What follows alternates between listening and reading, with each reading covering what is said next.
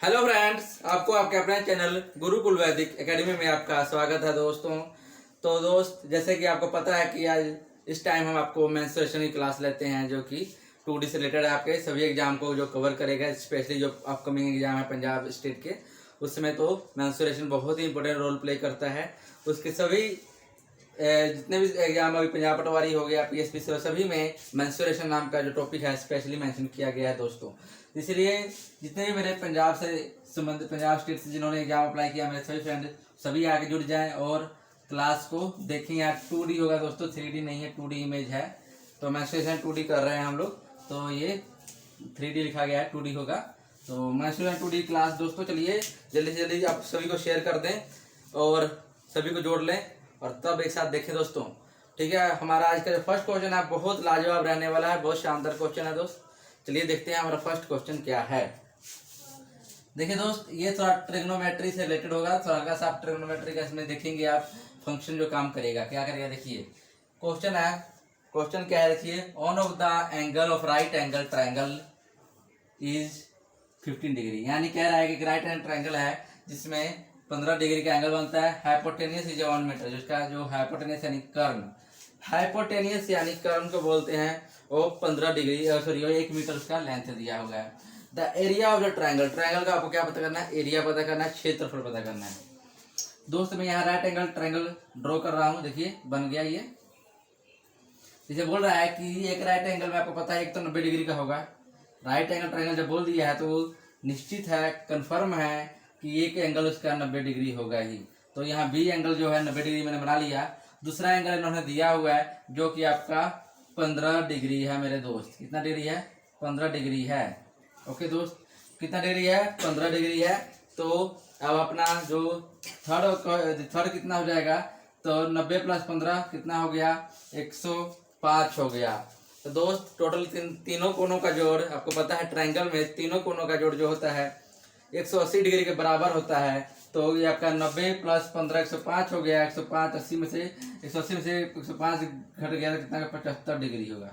दूसरा कोण जो होगा 75 डिग्री बन जाएगा। ठीक है दोस्त, तब समझ आ गया होगा कि जैसे कि मैं यहाँ लिख के भी दिखाता हूँ, अगर ए प्लस बी मैंने angle A plus angle B plus angle C equal to 180 degree, यानी तीनों कोनों का जोड़ पता है आपको ट्रायंगल में 180 डिग्री होता है। एंगल ए की जो वैल्यू है वो फाइंड आउट करनी है हमको। ठीक है, एंगल बी की वैल्यू 90 डिग्री है, अगर पता है जो ये 90 डिग्री बन रहा है यहाँ पर। ठीक है, एंगल सी जो है 15 डिग्री है मेरे दोस्त, तब 180 डिग्री के बराबर होगा। अब इसको एंगल ए कितना आ जाएगा आपका, प्लस करके 105 180 माइनस 105 करेंगे तो आपका 75 डिग्री आ जाएगा। यानी जो एंगल ए है वो 75 डिग्री आपका आ जाएगा मेरे प्यारे दोस्त। तो यह आपका रहा एंगल। आप देखिए, ये आपको एरिया पता करना है दोस्त। क्या पता करना है, एरिया पता करना हो तो आपके पास तो हाइपोटेनियस दे रखा है, ना तो आपके पास बेस है ना तो आपके पास हाइट है। तो दोस्तों जैसे आपको पता है कि एरिया का फार्मूला होता है 1/2 बेस इंटू लंब, जो होता है आधार इंटू लंब, यानी बेस इंटू परपेंडिकुलर। यानी परपेंडिकुलर जो लाइन आपकी ये वाली है, यानी लंब जिसको बोलते हैं, बेस यानी BC जिसका मतलब होता है आधार, ये फार्मूला होता है दोस्त। यानी बी से बेस, बी से परपेंडिकुलर, ये फार्मूला है क्षेत्रफल पता करने का, एरिया पता करने का। अब दोस्त आप आ जाइए, आपके पास तो ना तो परपेंडिकुलर है ना आपके पास क्या है, बेस है, यानी आपके पास आधार भी नहीं है। तो दोनों आपके पास है, सिर्फ आपके पास है हाइपोटेनियस, इसकी लेंथ दे रखे 1 मीटर। ठीक है दोस्त। तो दोस्तों एक चीज़ आपको याद होना चाहिए, अब मैं आपको बता देना चाहता हूँ कि अगर आप दोस्त ट्रिग्नोमेट्री पढ़े होंगे तो आपको चीज़ नोट किए होंगे, जैसे कि आपको एक चीज़ पता होती है, दूसरा को ये फाइंड आउट करना होता है कैसे निकालते हैं, ये पता होना चाहिए आपको। पंडित बद्री प्रसाद हर हर बोले, ये क्वेश्चन आपको याद होना चाहिए, क्योंकि ये बचपन में ही हमको सिखा दिया जाता है स्कूल में भी। देखिए जो P/H जो होगा वो आपका साइन थीटा के बराबर होता है, B/H होता है वो कोस थीटा के बराबर होता है, और P/B होता है tan थीटा के बराबर होता है। ठीक है दोस्त, पता लग गया। अगर आपके पास आ जाए परपेंडिकुलर अपॉन हाइपोटेनियस यानी लंब अपॉन कर्ण, तो आप साइन थीटा इक्वल रख सकते हैं। अगर आपके पास आ जाए आधार यानी बेस अपॉन हाइपोटेनियस यानी आधार बटे कर्ण आ जाए तो कोस थीटा के बराबर रखेंगे, और आपके पास आ जाए लंब बटे आधार यानी परपेंडिकुलर बटे बेस, तो आप tan थीटा के बराबर रख सकते हैं हम चीज़ को। ठीक है दोस्त, ये आपको पता लग गया। तो चलिए आप देख लेते हैं, हम अगर रख लेते हैं दोनों को ए बी अपॉन ए सी, यहाँ मैं लिख लेता हूँ, तो आपके पास कितना आ जाएगा, ए बी अपॉन ए सी जो होगा साइन थीटा के बराबर, मैं अगर एंगल डालूंगा ना, वैल्यू एंगल की वैल्यू डाल दूंगा वहाँ पे। तो दोस्त अगर एक चीज़ पता लग गया होगा आपको, यहाँ पर आप लिख लीजिए, मैं यहाँ लिख के दिखाता हूँ आपको।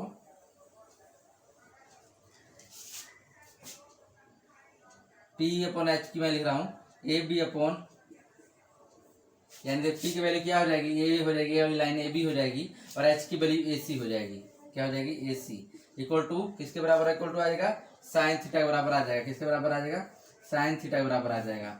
आपको पता अगर ये दोनों, ये और ये जो इसके बराबर है, सामने वाली बराबर है, तो ये दोस्त आपके किसके बराबर होगा, ये जो आपके एंगल या साइन थीटा जो है किसके बराबर होगा, आपको पता होना चाहिए। ये दोनों है तो आपका 15 डिग्री के बराबर होगा। देखिए कैसे एंगल, देखिए इन दोनों में एंगल बन रहा है, ये एंगल बन रहा है, ये वाला, ये वाला। हमेशा भी जब दो एंगल के बीच में एंगल बनता है, सामने वाला एंगल लिखा जाता है। जैसे कि ए बी अपॉन ए सी लिखेंगे तो हम उसके सामने कौन सा बनेगा, ए बी अपॉन ए सी के सामने 15 डिग्री बनेगा, तो हमारा साइन थीटा 15 डिग्री हो गया। साइन थीटा कितना हो जाएगा, 15 डिग्री हो जाएगा। यहाँ 15 डिग्री लीजिए, साइन थीटा साइन 15 डिग्री हो गया। ठीक है, उसी तरह अगर हम कोस की बात लिखें, इसके कोस लिखेंगे तो क्या होगा, देखिए कोस लिखेंगे तो हम क्या होगा, हमारा कोस अगर लिखेंगे तो हमारा कोस होगा दोस्त बी अपॉन एच, यानी बी अपॉन एच क्या है, बी अपॉन एच क्या है आपका, देखिए बी अपॉन एच जो ये है आपका है बी सी अपॉन ए सी, बी सी अपॉन ए सी है, तो ये आपका कोस थीटा के बराबर है। किसके बराबर है, कोस थीटा के बराबर है। कोस थीटा के बराबर है दोस्त, तो ये किसके बराबर आ गया, cos theta equal to cos 75 degree. ये आ गया दोस्त, कोस 75 डिग्री आ गया। तो आपका कोस 75 डिग्री आ गया 10 बार। तो देखिए हमारे पास दोस्तों ये आ गया साइन 15 आ गया। तो आपको एसी की वैल्यू जानते हैं, एसी की वैल्यू कितनी है, 1 है, यानी 1 मीटर है एसी की वैल्यू। तो आप अगर ए बी एसी की वैल्यू यहाँ 1 डाल देंगे तो आपके पास A B equal to sine 15 degree हो जाएगा, और बी सी आपके पास कोस 75 डिग्री हो जाएगा। ये हो जाएगा मेरे दोस्तों, ये मेरे भाई, ये हो जाएगा आपके पास, ये आ जाएगा। तो कैसे आया, एसी की वैल्यू आपको दिया हुआ था 1 मीटर, यानी जो हाइपोटेन्यूस की बात कर रहा था वो 1 मीटर के बराबर था। तो मैंने हाइपोटेन्यूस की वैल्यू 1 डाल दिया यहाँ, इसके नीचे यहाँ 1 डाल दिया, तो हमारे पास ये आ गया। अगर दोस्त मैं काम करूँ, ये जो कोस 75 है, तो मैं कोस 75 को ऐसे लिख सकता हूँ, साइन थीटा जो है, साइन इक्वल टू, मतलब देखिए ऐसे होता है कि जब भी आप कोस 75 को अगर ऐसे करके कोस ऐसे लिखा जाता है दोस्त, इसको जब भी आप जैसे कोस 75 आए तो इसको आप इस तरीके से लिख सकते हैं, ऐसे साइन के साथ लिख सकते हैं दोस्त, कोस 90 डिग्री माइनस 75 डिग्री, ऐसे घटाएंगे तो आपके पास आ जाएगा कोस 15 डिग्री। ये दोस्त आपके पास आ गया, कोस 15 डिग्री आ गया।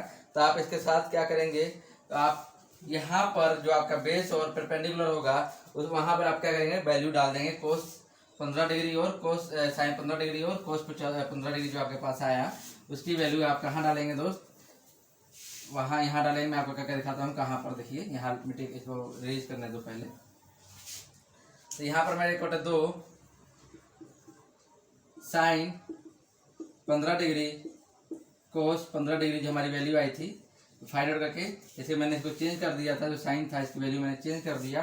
ठीक है दोस्त, तो आप हमारी वैल्यू जो आ गई उसमें आप चेंज करने के बाद डाल देता हूँ, वहाँ पर मैंने डाल दिया। देखिए तो यह आ गया साइन 15 डिग्री कोस 15 डिग्री। एक चीज़ नोट कीजिएगा, फॉर्मूला ये होता है 2 साइन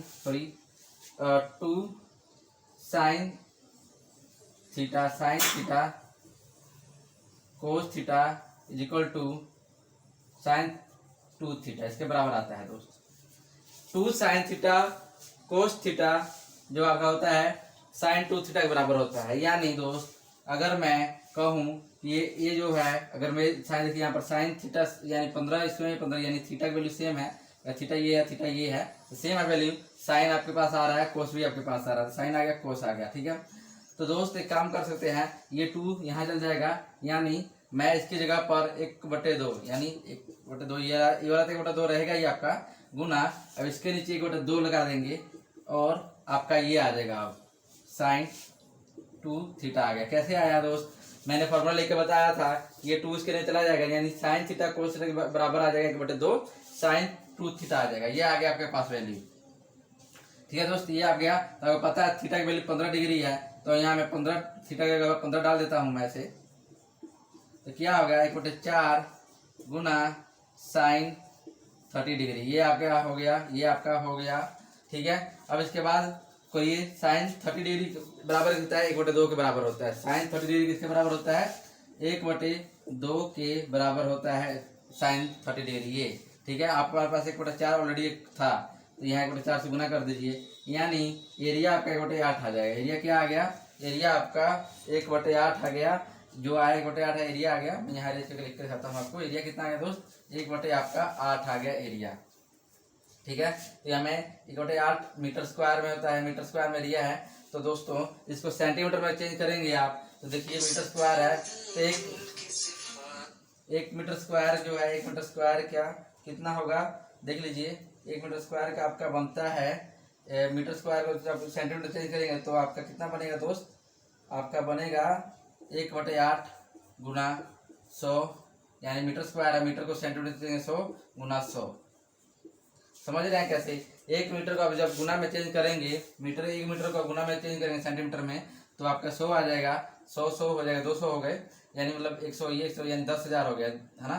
1/8 गुना 10,000, 10,000 आ गया, 16 ऐड कीजिएगा तो आपका 1250 आपका आंसर आ गया। ये आपका आंसर बनेगा राइट एंगल ट्रायंगल का 1250। तो आई होप आपको समझ आया होगा दोस्त। एक बार फिर से बताता हूँ, ये फार्मूला लग गया a इंटू बी। पहले इसको मैंने ट्रिग्नोमेट्री से मैंने इनकी वैल्यू निकाल ली, सेम कर ली, दोनों की वैल्यू सेम कर ली 15-15 डिग्री। उसके बाद मैंने 2 sin theta cos theta equal to sin 2 theta के बराबर रख कर मैंने सॉल्व आउट कर दिया था, हमारा ये आंसर आ गया दोस्त। चलिए नेक्स्ट देखते हैं क्या है। तो फ्रेंड हमारे पास क्वेश्चन आप बहुत ही शानदार है, इसको बस आप समझिए और करके निकल जाइए। बहुत जबरदस्त है क्वेश्चन दोस्त। देखिए क्या है, the perimeter of a sheet of paper in the shape of quadrant of circle is the 75 centimetre, the area would be. आपको क्षेत्रफल बताना है, यानी दोस्त बोल रहा है कि एक पेपर है जिसका पेपर का पता है आपको, पेपर का जो आकार होता है दोस्त कैसा होता है, ये रेक्टेंगल जैसा होगा, रेक्टेंगल जैसा पेपर का आकार होता है। शेप जो होता है पेपर का कैसा होता है शेप, वो आपका होता है रेक्टेंगल में। ठीक है दोस्त, अब इसी का बोल रहा है कि आपको अगर इसमें क्वाड्रेंट बोला, सर्कल का क्वाड्रेंट का मतलब बोल रहा है कि जैसे मैंने यहाँ पर सर्कल बना दिया ऐसे, ये सर्कल बन गया दोस्त। अगर यहाँ पर इस क्वाड्रेंट का मतलब होगा 4 भाग बना दिए, क्या बन गए देखिए, चार क्वाड्रेंट बन गया। यहाँ पर 1 क्वाड्रेंट 2 3 4, तो क्वाड्रेंट बोल रहा है, एक क्वाड्रेंट की बात कर रहा है, एक क्वाड्रेंट की। मैं यहाँ पर निकाल लेता हूँ, एक क्वाड्रेंट ऐसे निकाल दिया मैंने, निकल गया दोस्त।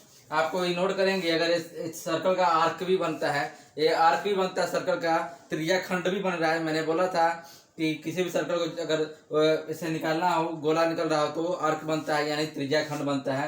तो यहाँ पर देखिए रेक्टेंगल शेप में पेपर है, ठीक है, उसका क्वाड्रेंट सर्कल का जो क्वाड्रेंट बनेगा सर्कल में 75 उसका पेरीमीटर जो होगा इसकी, यानी इसका टोटल देखिए ये जो डायग्राम ये बना है इसका टोटल का 75 सेंटीमीटर क्या है पेरीमीटर है। परिमाप कितना है दोस्त, परिमाप आपका है 75 सेंटीमीटर। यानी अगर मैं परिमाप का फार्मूला लगाऊं तो क्वाड्रेंट देखिए आपको याद होना चाहिए फार्मूला कैसा होता है। तो देखिए दोस्त, अगर मैं बोलूँ तो मान लीजिए ये सर्कल है, तो ये देखिएगा मैं रेक्टेंगल का ये भाग निकाल लिया, ये भाग निकाल लिया, ठीक है, आर आ गया, आर प्लस आर, ठीक है। अगर ये रेडियस देखिए यहाँ पॉइंट रेडियस बनता है, मैंने बोला था ना, अगर किसी भी रेक्टेंगल में या कहीं भी अगर सर्कल का शेप बन रहा है, चक्कर बन रहा है, तो उसके सेंटर पॉइंट से उसके जो बाउंड्रीज होती है, किनारे होते हैं, किनारों पर पड़ने वाली रेखा क्या होती है, सेंटर से लेकर वहां तक, वो रेडियस यानी अर्धव्यास होता है दोस्त। तो यहाँ पर आपका आर हो गया, ये भी आर हो गया, यानी एक आर रेडियस मैप। और पेरीमीटर यानी परिमाप भी आपको मैंने सिखाया था कि परिमाप क्या होता है, किसी भी शेप, कोई भी शेप हो उसका परिमाप होता है, सभी भुजाओं का या सभी उसके जो दिया हुआ साइडें हैं सभी साइडों का जोड़ देंगे तो आपका पेरीमीटर आता है। तो एक आर, दो आर हो गया, मैंने लिख लिया 2 आर।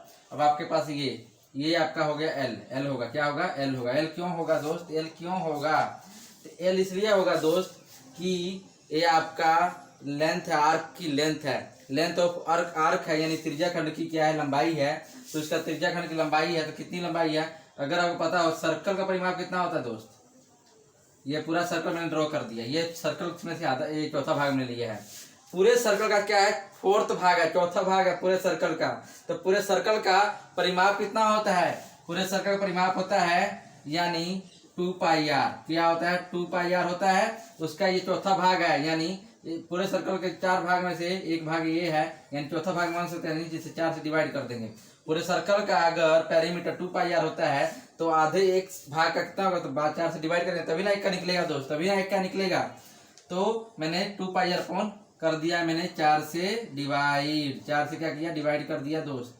अब चलिए नेक्स्ट देखते हैं, नेक्स्ट देखते हैं, नेक्स्ट क्या होगा आगे, आगे आप नोट कीजिए। तो अब देखिए 2r प्लस कट गया ये, यानी πr बटे 2 हो गया। अब एलसीएम ले लीजिए, एलसीएम ले लीजिए, चाहे इसको काम, एलसीएम लेने से पहले काम कीजिए, इसका 22/7 वैल्यू डाल देते हैं, इसका वैल्यू डाल देते हैं 22/7, 2r प्लस 22/7 गुना 2r, ये डाल देते हैं, 2 से 2 काट दीजिए, इसको 22 से 11 कट जाएगा, यानी आपका कितना हो गया 2r प्लस 11/7r, ये आपके पास वैल्यू आ गई। अब आप एलसीएम ले सकते हैं, तो देखिए क्या होगा, एलसीएम लेंगे कितना आ गया 14r हो गया, यहाँ पर साथ में 14r प्लस 11r बटे बटे बटे बटे 7 इक्वल टू किसके है, 75 के है ना, मैंने परिमाप का फॉर्मूला लगाया था, तो इक्वल टू किसके 75 के है ना, 75 के दोस्त 75 के बराबर हो गया। यहाँ तक आई होप आपको समझ आएगा, मैं डायग्राम समेत आपको अच्छे से बता दिया। अब आप दोस्त यहाँ से आसानी से इजीली आप आर यानी अर्धव्यास रेडियस का वैल्यू फाइंड आउट कर सकते हैं। तो देखिए 14r प्लस 11r क्या होगा, यहाँ लिख के दिखा रहा हूँ, 25r हो गया, 25r बटे 7 इक्वल टू 75, तो यहाँ 25 हो गया, गलती से बाई मिस्टेक हो गया, 75r हो गया, काट दीजिए, 25 या 75 3 पे कटेगा, और ये चला जाएगा उधर 21, आर की वैल्यू 21 आ गई, यानी अर्धव्यास कितना आ गया आपका दोस्त, अर्धव्यास कितना आ गया, अर्धव्यास आपका 21 आ गया, अर्धव्यास आपका 21 आ गया मेरे प्यारे दोस्त, मेरे प्यारे भाई, आपका अर्धव्यास कितना आ गया 21 आ गया।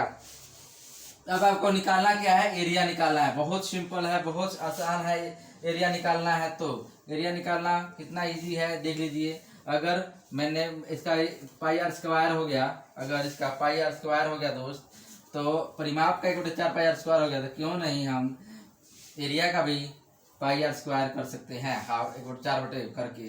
तो मैं लिख देता हूँ यहाँ पर πr² यानी 4 22/7 गुना आपका 21 गुना 21, ये आ गया 7 या 21 कट गया, 2 11 आप 33 गुना 21, सॉरी छोड़िए, सब 11 गुना 33 छोड़िए, नीचे 2 बच गया यहाँ पर, ये इसका 2 मैं यहाँ लिख ले रहा हूँ, ठीक है। अब 3 को 21 से गुना कीजिएगा तो 63 आएगा, 63 को गुना 11 से करेंगे तो 3 3 9 और 6, ये आ गया आपका 63 को 11 से गुना करके देख लीजिए, तो मैंने बोला था समझाया था 3 9 6, ये आ गया, ठीक है दोस्त। अब आप 2 से इसको डिवाइड कर दीजिए, तो 3 4 1 6 5 346.5 आपका आंसर आता है दोस्त, ये आपका आंसर बन गया। आई होप आपको समझ आएगा, बहुत ही शानदार कंसेप्ट मैंने आपको बताया, बहुत जबरदस्त, इजीली समझ गए होंगे। देखिए पूरे सर्कल का परिमाप कितना होता है, 2πr होता है, तो मैंने एक आधा बनाया है, आधा निकाला है, यानी क्वाड्रेंट का मतलब होता है उसका एक भाग, चौथाई भाग, तो क्वाड्रेंट मैंने निकाल लिया, क्वाड्रेंट का मतलब हो गया, तो परिमाप से क्या होगा 2πr का 4 से डिवाइड करेंगे तो परिमाप आ जाएगा। उसी तरह क्षेत्रफल यानी एरिया का भी सेम होता है, πr², उसका फॉर्मूला है पूरे सर्कल का एरिया निकालना है, πr² है, तो क्वाड्रेंट का निकालने के लिए πr² को 4 से डिवाइड कर देंगे तो आपका आ जाएगा, तो ये आपका आंसर आ गया 346.5, ये आपका आंसर है दोस्त। बहुत शानदार, बहुत जबरदस्त क्वेश्चन था, कंसेप्चुअल था, आपको एग्जाम में इसी टाइप को क्वेश्चन देखने को मिलते हैं। चलिए नेक्स्ट देखते हैं दोस्त। तो फ्रेंड हमारे पास जो नेक्स्ट क्वेश्चन है बहुत ही शानदार क्वेश्चन है दोस्त, देखिए क्या है इस क्वेश्चन में, इस प्रश्न में दोस्त। एक ही बात ये है कि ये सिर्फ लैंग्वेज में आपको उलझा रहा है, अदरवाइज इस क्वेश्चन में कुछ नहीं है, हलवा है, आप इसको यूं करके निकल जाएंगे, जैसे मैं अभी करके दिखाता हूँ आपको। बोला the area of rhombus is 256 square metre and one of its diagonal is twice the other its length.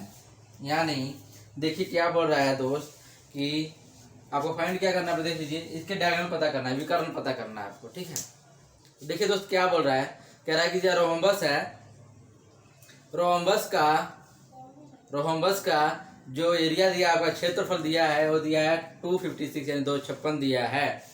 और इसका जो एक विकर्ण है, एक विकर्ण आपके पास कुछ भी ले लीजिए, जो दूसरा विकर्ण होगा यानी वन ऑफ इट्स डायगोनल, यानी एक विकर्ण कुछ भी हो सकता है, लेकिन दूसरा जो विकर्ण होगा वो उसके लेंथ यानी रोहम्बस का जो लेंथ होगा उससे 2 दुगना होगा, 2 टाइम्स होगा।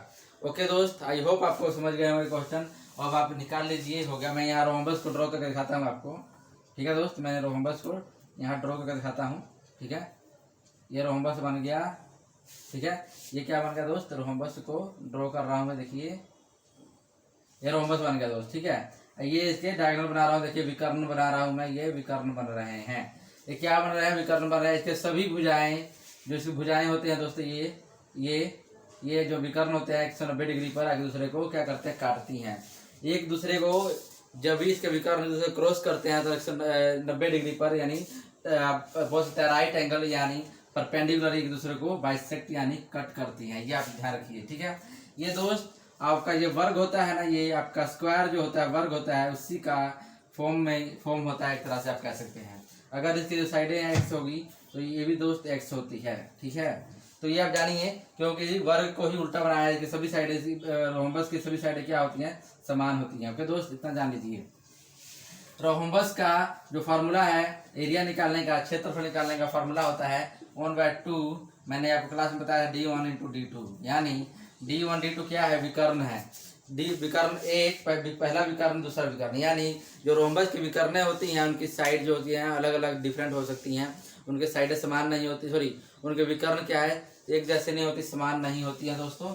इस कारण हम कह सकते हैं कि जो एरिया निकालने का फार्मूला आता है 1/2 D1 × D2, ठीक है दोस्त। इतना आपको पता होना चाहिए। अब नेक्स्ट देखिए क्या है, नेक्स्ट स्टेप क्या कीजिए, मैं यहाँ बनाता हूँ क्वेश्चन के अकॉर्डिंग चलता हूँ। एरिया दिया है तो एरिया का मैं लिखता हूँ 256, क्योंकि एरिया का फार्मूला है तो एरिया की वैल्यू भी 256 है, यानी 256 = 1/2 D1 × D2 है, क्योंकि इन्होंने दिया हुआ साफ रोहम्बस का जो एरिया यानी क्षेत्रफल है वो आपका इतना है, 256 है, जो कि फार्मूले के बराबर मैंने रख लिया, ठीक है। अब आपसे बोला है कि its length diagonal is twice the other length, यानी दूसरे इसके जो एक मान लेता हूँ मैं, लेंथ ऑफ जो साइड जो है, लेंथ ऑफ, अगर मैं सॉरी दोस्त ऐसे मतलब बात कर रहा है, द लेंथ ऑफ एक डायगोनल, जो पहले डायगोनल की जो लेंथ है वो क्या होती है दोस्त, जो लेंथ की डायगोनल की जो लेंथ होती है वो दूसरे डायगोनल जो यानी दूसरा विकर्ण है उससे 2 गुना है। अगर मैं लेंथ मानता हूँ, फर्स्ट D1 की लेंथ x है तो दूसरे की क्या होगी, D2 की लेंथ क्या हो जाएगी, 2x हो जाएगी। समझ आया कैसे? इन्होंने कहा है कि the length of its diagonal, जरा एक पहले डायगोनल से अदर डायगोनल की लेंथ से क्या है, दुगना है, ट्वाइस है। Its length diagonal is twice the other its length, मतलब जो एक विकर्ण है दूसरे विकर्ण से दुगना है। तो पहला विकर्ण मैंने x माना, दूसरा विकर्ण 2x माना। अगर मैं यहाँ डाल देता हूँ 256 = 2x × 2x, ब्रैकेट में पुट कर दिया, अब 2 से 2 कट गया, अब x² आ गया, x² = 256 जाके स्क्वायर रूट बन जाएगा, 256 = 16, आपका आंसर आ गया। 16 का स्क्वायर होता है 256, तो आपका 16 आपका आंसर आ गया। दैट्स इट दोस्तों, देखिए आपके सामने ये रहा आपका आंसर। तो आपका ये 16 आंसर आ गया था, जो कि x की वैल्यू यानी विकर्ण है। लेकिन दोस्त इन्होंने ध्यान दीजिएगा, लार्जर डायगोनल पूछा है, यानी सबसे बड़ा डायगोनल कौन सा है। तो ये एक डायगोनल x है, दूसरा 2x है ना, बड़ा वाला क्या है 2x है। तो x की वैल्यू हमारे पास 16 आ गई, तो यहाँ आप डाल देते हैं 2 × 16 तो 32, ये हमारा आंसर आएगा। आंसर हमारा 16 भी है दोस्त। अगर वो पूछता डायगोनल यानी कि विकर्ण की लंबाई बता, तो विकर्ण की लंबाई 16 आ गई, लेकिन उन्होंने पूछा है बड़ा डायगोनल या बड़ा विकर्ण क्या होगा, 16 से 2 गुना कर दे, 32 आ गया दोस्त। तो ये आपका बड़ा डायगोनल हो गया, बड़ा विकर्ण हो गया। चलिए अब नेक्स्ट देखते हैं क्या है। तो दोस्तों आपके सामने एक और शानदार क्वेश्चन के साथ है, रेशियो में थोड़ा रिप्रेजेंट किया गया है इस क्वेश्चन को। देखिए कैसा है, the side of rectangular plot are in the ratio 5:4 and the area is equal to 5 square metre the perimeter of the plot. यानी आपको दिया गया है दोस्त यहाँ पर रेक्टेंगुलर प्लॉट मैंने यहाँ देखिए रेक्टेंगुलर प्लॉट, यानी मैंने एक समांतर चतुर्भुज की बात कर रहा है, समांतर चतुर्भुज रेक्टेंगुलर की बात हो रहा है ना, रेक्टेंगुलर, हाँ, आयत यानी क्या, आयत प्लॉट बना लिया मैंने, यहाँ पर आयत प्लॉट की ड्रॉ कर लिया मैंने। तो बोला आयत प्लॉट जो है, आयत एक प्लॉट है जिसका रेशो 5:4 है, यानी उसका लेंथ का अनुपात 5 है और उसका ब्रेथ का अनुपात 4 है। ये एल हो गया, ये बी हो गया, इतना जान लीजिए। ठीक है दोस्त, आई होप आपको समझ आया होगा। The perimeter of plot is, अब इसको बताना है कि परिमाप, आपको बताना है कि प्लॉट का परिमाप कितना है मेरे भाई। देखिए बहुत शानदार है, बहुत आसान क्वेश्चन है, बहुत इजी है। करना क्या है, यहाँ पर इक्वल क्या एरिया कितना देखा, 500 स्क्वायर मीटर के बारे में दे रखा है, आपका एरिया दे रखा है। एरिया का फॉर्मूला लगाइए पहले तो, area equal to L into B होता है दोस्त। क्या होता है एरिया की वैल्यू, एल इंटू बी। यहाँ 5x हो गया, यहाँ 4x हो गया, तो यहाँ डाल देता हूँ मैं एरिया की वैल्यू 5x, लेंथ कितना 5x, और आपका ब्रेथ कितना है 4x, ये हो गया। अब यहाँ पे एरिया कितना रहेगा, 500 स्क्वायर मीटर दे रखा है, इक्वल टू 5 स्क्वायर मीटर रख लीजिए। अब ये गुना कीजिए, 5 चौका 20, x को x से गुना कीजिए तो x स्क्वायर, 20x स्क्वायर आपके पास वैल्यू आ गई। उसके बाद दोस्त आप इसको सोल्व आउट कीजिए, 0 से यहाँ 500 आ गया, इक्वल रख के कट गया, 0 से 0 कट गया, 2 से 25 आ गया, यानी x स्क्वायर की वैल्यू कितनी आ गई, 25 के बराबर आ गई। ये आ गई वैल्यू, ये फाइंड आउट कर लिया आपने, ये वैल्यू आ गई। अब x की वैल्यू निकालिए, x की वैल्यू क्या हो जाएगी, यहाँ जाकर रूट स्क्वायर हो जाएगा, यहाँ पर ये 5 हो गया, यानी स्क्वायर को यानी वर्ग को जाकर वर्गमूल कर देंगे तो आपके पास x की वैल्यू 5 आ गई मेरे भाई। आपके पास x की वैल्यू कितनी आ गई, 5 आ गई। अब यहाँ पर आप डाल दीजिए 5, जहाँ पर x होगा वहां पर आप वैल्यू डाल दीजिए, यानी आपको लेंथ कितना पता लग जाएगा, लेंथ पता लग जाएगा। यहाँ पर देखिए लेंथ की वैल्यू 5x है, तो 5 × 5 हो जाएगा, तो 25 लेंथ कितना आ गया, 25 आ गया। ब्रेथ कितना है 4x है, यानी 4 × 5, तो आपके पास 20 आ गया, यानी 20 आपके पास क्या आ गया, ब्रेथ आ गया। दोस्त आपको समझ आ रहा होगा कि मैंने यहाँ पर कैसे किया। मैंने एरिया का सिंपल सा फॉर्मूला लगाया, उसके बाद मैंने एरिया को बराबर रख के 5x × 4x से गुना करके आपको मैंने x की वैल्यू निकाल कर, और मैंने लेंथ और ब्रेथ को जो नंबरिंग में है रियल नंबर में उसमें मैंने फाइंड आउट कर लिया, निकाल लिया भाई। अब आगे देखते हैं दोस्त क्या होगा। अब आपसे पूछा पेरीमीटर ऑफ द प्लॉट। आपको पता है कि आयत में यानी रेक्टेंगल में क्या होता है कि भुजाएं एक दूसरे के सामने वाली बराबर होती हैं। ये जितना होगा इसके सामने वाला भी उतना ही होगा। ये हमारा 20 आया तो ये भी 20 आएगा, ये भी 20 होगा, ये भी हमारा कितना है, ये हमारा ये हमारा 25 आया है तो 25 होगा, ये भी 25 होगा, ये हमारा 20 आया है तो ये भी हमारा 20 होगा। ठीक है दोस्त, ये आ गया। अब निकाल लीजिए, इजी है बहुत निकालना। जैसे कि आपको पता है पेरीमीटर का फार्मूला होता है, क्या होता है, 2l + b होता है पेरीमीटर का फार्मूला। तो l कितना है 25 है, b कितना है 20 है, यहाँ डाल दीजिए और 2 से गुना कर दीजिए। 20 और 25 45, 2 × 45 आप गुना करेंगे तो 90 आपका आंसर आ जाएगा। ये आपका आंसर है मेरे प्यारे भाई मेरे दोस्त। यानी रेक्टेंगुलर प्लॉट का परिमाप कितना आया है आपका, 90 आया है। आपका क्षेत्रफल था 500, फाइंड आउट करना बहुत ईजी है। अगर आपको डाउट है कि हाँ आंसर गलत है तो आप यहाँ पे हमने निकाला, इन दोनों को गुना कर लीजिए, 25 दूना 50, 0 आपके पास बच गया 500। 500 एरिया यहाँ भी है, 500 आपका आ भी गया, तो आपका ये निकल गया। चलिए नेक्स्ट देखते हैं आपके। तो फ्रेंड हमारे पास जो नेक्स्ट क्वेश्चन है बहुत शानदार है। देखिए, if the circumference of a circle increase by 4 pi to 8 pi, ठीक है, what change occur in it area. Circumference यानी पेरीमीटर, सर्कमफ्रेंस यानी पेरीमीटर यानी परिमाप। तो परिमाप जो है 4 पाई था पहले, 4 पाई से अगर 8 पाई कर दिया गया तो आपको बताना है कि जो आपका एरिया यानी क्षेत्रफल है उसमें क्या अंतर आएगा, क्या बदलाव आएगा दोस्तों। तो बहुत शानदार यहाँ लॉजिक है, बहुत शानदार है, कंफ्यूज होने की जरूरत नहीं है, मेरे साथ बने रहिए। पेरीमीटर देखिए P1 लेता हूँ, पहले का पेरीमीटर P1 और दूसरे का पेरीमीटर P2 लिख देता हूँ। ये समझ गए, यहाँ तक आप समझ गए। पहला P1 पेरीमीटर 1, P2 बाद वाला पेरीमीटर पहले में 4 पाई था, यानी फर्स्ट पेरीमीटर कितना था 4 पाई, और दूसरा पेरीमीटर कितना है दोस्त आपका, कितना है 8 पाई। ये आपको समझ आ गया होगा, यहाँ तक समझ गए, यहाँ तक समझ गए। अब आपको निकाल लीजिए। अगर मैं बात कहूँ दोस्त, अगर मैं 4 पाई इक्वल टू 22 जो फार्मूला लगाता हूँ, परिमाप का फार्मूला क्या होता है, 2 पाई आर होता है। ये बात को मानते होंगे आप, ये तो बात मानते हैं, एग्री करते हैं। यहाँ पर मैं 4 पाई डाल देता हूँ, इसको भी यहाँ लिखता हूँ 2 पाई आर इक्वल टू 8 पाई। अब यहाँ निकाल लीजिए, तो ये 2 से 2 काट दीजिए, पाई से पाई काट दीजिए, यानी यहाँ 2 आ गया। आर की वैल्यू कितनी आ गई, 2 आ गई। यहाँ भी पाई से पाई काट दीजिए, यहाँ 2 से ये काट दीजिए, आर की वैल्यू कितनी आ गई, 4 आ गई।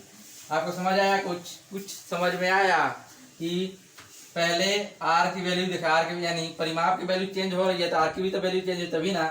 हमें रेडियस से मतलब है, हमको कुछ और से नहीं मतलब है, हमको रेडियस 1 रेडियस 2 से मतलब है। यानी पहले रेडियस 2 था, अब रेडियस कितना आ गया, 4 आ गया।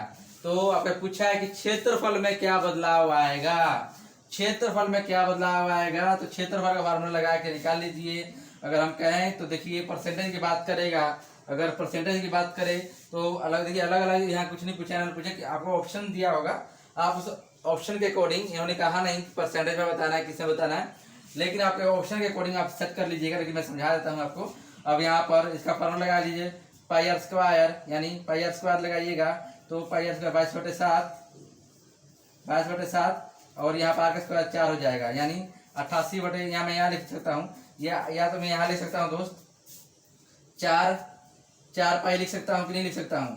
पाई आर स्क्वायर मतलब क्या होगा कि यहाँ पर मैं 4 पाई लिख सकता हूँ कि नहीं लिख सकता हूँ दोस्त, ठीक है। मैं लिख सकता हूँ यहाँ पर 2 का स्क्वायर और पाई की वैल्यू सेम रख दिया। यहाँ पर मैं कितना पाई की वैल्यू लिख सकता हूँ कि नहीं, 16 पाई। क्यों लिख सकता हूँ 16 पाई, पाई आर स्क्वायर लिख दो, पाई आर स्क्वायर जो होगा, आर की वैल्यू 4 डाल दीजिए, 16 हो गया, 16 पाई आ गया, 16 पाई आ गया। यानी पहले जो होगा, पहले वाली वैल्यू में 4 पाई एरिया था, एरिया A1 लिख देता हूँ यहाँ पर, दूसरे A2 में एरिया कितना आ गया, 16 पाई आ गया।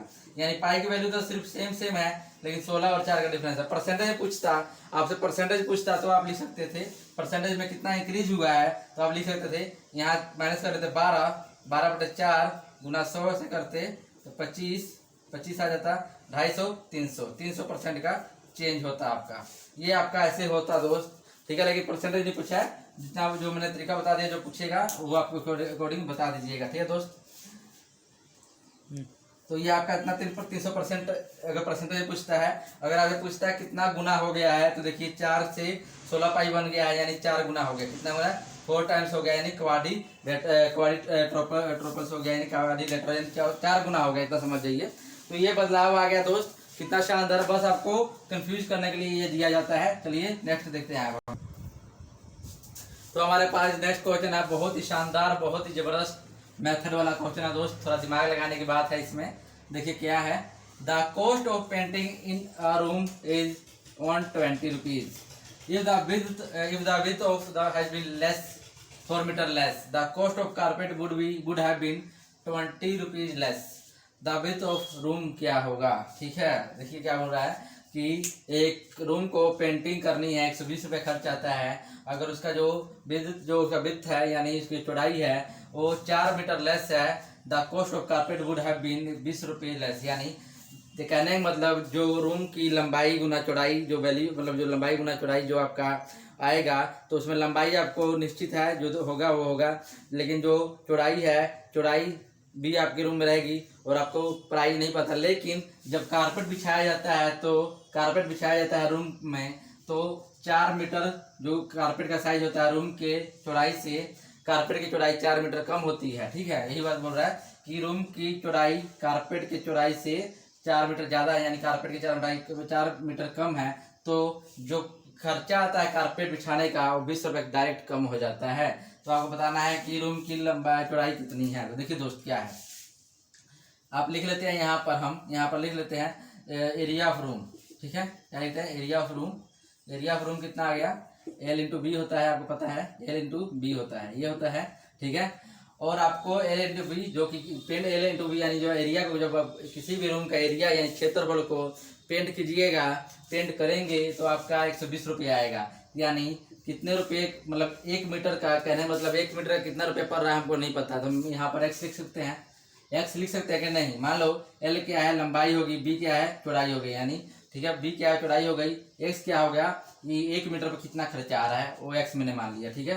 तो एक पर मीटर रुपया खर्चा लिख सकते हैं, जो कि आपका करने के बाद 120 रुपया आ रहा है। ठीक है, टोटल खर्चा कितना आ रहा है? 120 आ रहा है, नहीं लंबाई गुना चौड़ाई गुना कितना रुपया। ठीक है, 120 के बराबर हो गया। ठीक है, तो आपके पास लंबाई कितना है? लंबाई आप निश्चित मान लीजिए, लंबाई जितना होगा तो उसको छोड़ दीजिए, आप एल लिख लीजिए, लंबाई उतना लिख लीजिए जितना है आपका लिख लीजिए। बी आपको नहीं दिया गया है तो बी भी आपको उतना ही लिख लीजिए जितना बोला है। एक्स भी आपका ये हो गया 120, ये आपको यही सेम चीज आ गई। इक्वेशन 1 मान लेते हैं इसको। ठीक है, इक्वेशन 1 मान लेते हैं। अब आ जाइए एरिया ऑफ कारपेट लिखिए। कारपेट बिछाया जा रहा है जो कि 4 मीटर छोटा है। एरिया ऑफ कारपेट कितना है? जो 4 मीटर छोटा है। किससे 4 मीटर छोटा है? ये जो कारपेट का जो कालीन बिछाई गई है रूम में वो 4 मीटर, उसकी चौड़ाई छोटी है रूम के चौड़ाई से। तो मैं लिख दूँ L इंटू बी, यानी लंबाई इंटू चौड़ाई। चौड़ाई कितनी है? 4 मीटर छोटी है किसकी? रूम के चौड़ाई से। तो यहाँ लिख देता हूँ, इसकी वैल्यू हो जाएगी b-4। चौड़ाई की वैल्यू b-4 कैसी आई मेरे भाई? तो आपको समझ आ गया होगा कि जो कारपेट की चौड़ाई है रूम के चौड़ाई से 4 मीटर कम है, इसकी विड्थ से 4 मीटर विड्थ कम है। तो आगे इसका भी खर्चा x रुपये पर मीटर है, जो कि हमको नहीं पता है, जो कि 20 रुपया कम आ जाता है। 20 रुपया किससे कम आ जाता है? The carpet would be less, मतलब the cost of carpet would be have been less 20 rupees less हो जाता है ना का इसका। तो 20 रुपये लेस हो जाता है, तो इसमें से 10-20 घटा देंगे तो 100 आ जाएगा। ये आपका खर्चा आ गया। ठीक है, ये आपका खर्चा आ जाता है। अब इसको इक्वेशन 2 मान लीजिए, इक्वेशन 2 हो गया। अब सोल्व करेंगे इक्वेशन 1 बटे इक्वेशन 2 का, इसको बटे का सोल्व कीजिए। तो मैं यहाँ बटे लगा देता हूँ। ठीक है, बटे लगा देता हूँ, मैं बटे लगा देता हूँ। इसका बटे इससे हो गया, इन दोनों का हो गया। ठीक है, तो L से L कट गया, L से L कट गया, X से X कट गया। अब इसको 6 आ जाएगा यहाँ पर, 0 से 0 काट दीजिए, यहाँ 6 आ गया, नीचे 5 आ गया, यानी b/b-4 इक्वल टू 6/5। ये समझ गए होंगे। अब इसको क्रॉस मल्टीप्लाई कीजिए। 5b यहाँ लिख रहा हूँ, 5b यानी इसको इससे गुना कीजिए, 5b आ गया। अब इसको गुना कीजिए 6b माइनस 24, ये आ गया। अब ये आ गया। अब ये देखिए इधर जाएगा, माइनस हो जाएगा, यानी -b इक्वल टू -24। ये कट गया, माइनस, यानी b की वैल्यू कितनी आ गई? 24 हो गई। तो दोस्त रूम की जो चौड़ाई है, नहीं पूछ रहा था, रूम की चौड़ाई पूछा है, रूम की चौड़ाई कितनी आ गई? आपकी 24 आ गई मेरे दोस्त। रूम की चौड़ाई आपकी कितनी आ गई? 24 हो गई। 24 रूम की चौड़ाई आ गई। अगर दोस्त यहाँ आपका ये आंसर आ गया, क्योंकि इसने आपसे रूम की सिर्फ चौड़ाई ही पूछा था, तो ये आपका 24 का आंसर आ गया। एक बार फिर से बताता हूँ, एरिया ऑफ रूम निकालिए। क्योंकि देखिए किसी भी रूम को पेंट करना है तो ऐसा तो नहीं है कि किनारों को पेंट करेंगे, ऐसा तो नहीं होगा। तो मान लीजिए ये मान लीजिए रूम का जो शेप, ये जो बोर्ड दिखाई दे रहा है, ये मान लीजिए मैं डायग्राम, सॉरी मैं ड्रॉ करता हूँ एक डायग्राम। ये आपको मैंने बना दिया किसी रूम का एक दीवार। ठीक है, अगर मैं कहूँ दोस्तों इसको पेंट करिए, तो क्या आप इसके किनारों को पेंट कीजिएगा? बताइए, नहीं ना। यानी इसके अंदर जितना है एरिया, ये सब एरिया को आप पेंट करेंगे, यानी क्या होगा? इसका क्षेत्रफल होगा, एरिया होगा, पूरा एरिया क्षेत्रफल होगा। इसीलिए मैंने यहाँ पर लिखा L इंटू बी, यानी जब उसके रूम को पेंट किया गया L इंटू बी, तो 120 रुपये खर्चा आता है। 120 रुपये खर्चा आता है, आपको पता होना चाहिए 1 मीटर कितना खर्चा है। तो 1 मीटर खर्चा मैंने x मान लिया, तो 120 आ गया। ठीक है दोस्त, उसी तरह कारपेट बिछाया गया, तो कारपेट L इंटू बी हो गया। तो b यानी आपको यहाँ दिया हुआ है कि जो कारपेट की चौड़ाई है वो आपके रूम के चौड़ाई से 4 मीटर कम है, इसलिए मैंने कारपेट की चौड़ाई b-4 लिख लिया। x वहीं पर आ गया। और क्या नेक्स्ट लाइन में बोला है कि जो खर्चा होता है कारपेट बिछाने का, 10-20 रुपया कम होता है किसके मुकाबले? रूम के मुकाबले। तो यहाँ मैंने 20 रुपये घटा दिया, 100 रुपये आ गया, यानी कारपेट का खर्चा 100 रुपये आ गया। अब L से अब दोनों को डिवाइड करता हूँ, इक्वेशन 1 और इक्वेशन 2 को डिवाइड कर दिया मैंने। तो L से L कट गया, x से x कट गया, इसको काटा मैंने 6 और 5 पर कट गया दोनों। यह आ गया b/b-4 आ गया था, b/b-4 इक्वल टू 6/5। जब सोल्व किया तो b की वैल्यू आपका 24 आ गया। ये आपका हो गया 24 आंसर, क्योंकि इन्होंने चौड़ाई पूछा था। अब दोस्त एक चीज बता रहा हूँ, एक चीज बताइए हम मुझे, मैं जो पूछूंगा उसका जवाब दीजिएगा। अगर वो पूछता कि रूम की लंबाई बताइए, जब चौड़ाई आप फाइंड आउट कर ही लिए हैं, आपने चौड़ाई तो फाइंड आउट, आपका चौड़ाई जो फाइंड आउट हो गया, निकल गया है, तो रूम की लंबाई फाइंड कीजिए। तो निकालना कोई टफ है क्या? बताइए, कोई टफ है निकालना? नहीं दोस्त, कोई टफ नहीं है। अगर मैं यहाँ लिख दूँ x की वैल्यू, मैं x की वैल्यू मैं 1 कंसिडर कर लूँ, x की वैल्यू मैं 1 कंसिडर कर लेता हूँ, तो मैं 24 इंटू b इंटू एक्स, यानी x को वैल्यू 1 कंसिडर कर लिया मैंने 120, तो 24 गुना 5, यानी सॉरी L की वैल्यू यहाँ L होगा, तो आपकी L की वैल्यू 5 आएगी। तो ये आपका आंसर हो गया दोस्त। चलिए नेक्स्ट देखते हैं। तो देखिए दोस्त, आपका ये होमवर्क है जो आपको इसको करके कमेंट सेक्शन में बताना है। चलिए मैं आपको समझाता हूँ क्या बोल रहा है। The ratio of the outer and the inner perimeter of circumference of path is 23:22। यानी किसी भी एक सर्कल है, मतलब कोई भी सर्कल के आंतरिक पाथ और बाहरी पाथ का जो सर्कमफ्रेंस है, यानी कह रहे हैं मतलब दोस्तों ये मैं सर्कल बना लिया, ठीक है, ये सर्कल बन गया। अब यहाँ पर एक पाथ जो बनेगा, रास्ता बनेगा, अभी गोला ही बनेगा। यानी इसका सर्कमफ्रेंस और इसका सर्कमफ्रेंस, यानी अंदर वाला पेरीमीटर और बाहर वाला पेरीमीटर 23 यानी बाहर वाला पेरीमीटर आउटर हो गया और इनर वाला पेरीमीटर अंदर वाला हो गया। 23:22 है। The path is 5 metre wide, यानी इसकी चौड़ाई जो है पाथ की वो 5 मीटर है। कितनी है? 5 मीटर है, ठीक है, 5 metre wide. The diameter of the inner circle, यानी ये सेंटर पॉइंट से यहाँ तक और यहाँ तक डायमीटर हो गया। यानी डायमीटर को बताना है, अंदर वाले सर्कल का डायमीटर बताना है। तो दोस्त फाइंड आउट करके आपको बताना है, कमेंट सेक्शन में जवाब दीजिएगा। और दोस्तों प्लीज़ चैनल सब्सक्राइब कीजिए, शेयर कीजिए और लाइक कीजिए। अगर सब्सक्राइब कर दिया है तो बेल आइकन बटन पर दबाकर नोटिफिकेशन के लिए क्लिक करें, ठीक है दोस्त। तो ठीक है दोस्त, thank you, bye bye, take care.